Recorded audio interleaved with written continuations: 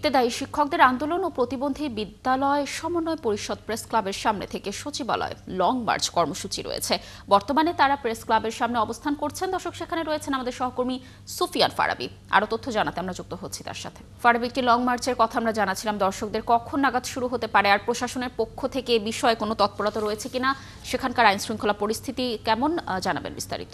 আমরা আসলে এখানে এসে দেখেছি যে আজকে কিন্তু 20 দিন পেরিয়ে 21 দিনের মতো তাদের কর্মসূচি চলছে। তাদের যে অবস্থান কর্মসূচি রয়েছে জাতীয় প্রেস ক্লাবের সামনে, এটি তারা রয়েছেন এবং তারা বলছেন যে তাদের যে ইবতেদায়ী শিক্ষা প্রতিষ্ঠানগুলো রয়েছে এগুলোকে জাতীয়করণ এবং সেই সাথে আরও 3 দফা দাবি যদি বাস্তবায়ন করা না হয় তাহলে তারা আসলে গতকাল বিকাল 5টা পর্যন্ত সময় দিয়েছিলেন যে প্রধান উপদেষ্টার বাসভবন ঘেরাও করবেন। আজকে সকাল 11:30 থেকে তারা প্রস্তুতি নিচ্ছেন। এখন তারা আসলে এই মুহূর্তে জাতীয় প্রেস ক্লাবের সামনে রয়েছেন এবং তারা তাদের যে কর্মসূচি রয়েছে সেখানে অনড় রয়েছে। তারা বলছেন যে তারা আসলে তাদের যে লং মার্চ টু যমুনার যে কর্মসূচি রয়েছে সেটি তারা কিছুক্ষণের মধ্যে শুরু করবেন এবং তারা আসলে প্রধান উপদেষ্টার যেই কার্যালয় রয়েছে, প্রধান উপদেষ্টার যে বাসভবন রয়েছে সেই বাসভবন তারা ঘেরাও করবেন এবং তারা বলছেন যে তারা আসলে দীর্ঘ 20 দিন পরে এমন একটি কঠোর আন্দোলনের দিকে তাদেরকে যেতে হয়েছে।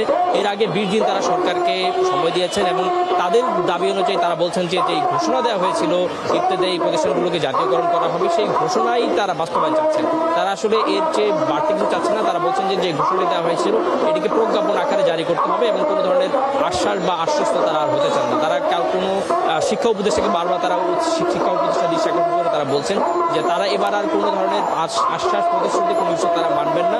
তারা আসলে এখানে সারা দেশ থেকে যে সমস্ত শিক্ষকরা রয়েছেন ইবতেদায়ী মাদ্রাসাগুলোর শিক্ষা প্রতিষ্ঠানগুলোর যে শিক্ষকরা রয়েছেন তারা আসলে এখানে অবস্থান করছেন এবং তারা আজকে যে তাদের যে পূর্ব ঘোষিত কর্মসূচি সেটা তারা পালন করবেন। আমরা দেখেছি যে ঢাকার সহ সারা দেশের বিভিন্ন প্রান্ত থেকে তাদের যে শিক্ষকরা রয়েছে তারা এসেছেন এবং তারা নিজেদের আক্ষেপ এবং দুঃখ দুর্দশার কথা বলছেন এবং সেই সাথে সরকার গত 20 দিনেও যে এই বিষয়ে কোনো ধরনের উদ্যোগ নেয়নি তাদের ভাষায়, সেটি আসলে তারা তীব্র প্রতিবাদ জানাচ্ছেন এবং তারা বলছেন যে সারা বাংলাদেশের শিক্ষক সমাজের যেই দুঃখ দুর্দশা রয়েছে সেগুলোকে যেহেতু সরকার গুরুত্ব দিচ্ছে এবং কিছুদিন আগেই বিভিন্ন শিক্ষা প্রতিষ্ঠানগুলোকে এমপিওভুক্ত শিক্ষা প্রতিষ্ঠানগুলোর বাসা ভাড়া তাই সেটা বাড়ানো হয়েছে এবং চিকিৎসা ভাতা কার্যকর করা হয়েছে। সুতরাং তাহলে যে ইবতেদায়ী মাদ্রাসাগুলো রয়েছে সেই মাদ্রাসাগুলো যারা শিক্ষক রয়েছেন, কর্মকর্তা রয়েছেন তাদের বিষয়টা কেন গুরুত্ব দেওয়া হবে না। সেই সাথে শিক্ষা প্রতিষ্ঠানগুলোর মান বাড়ানোর জন্য জাতীয়করণের যেই পদক্ষেপ নেওয়া প্রয়োজন সেটি তারা কেন নিচ্ছেন না,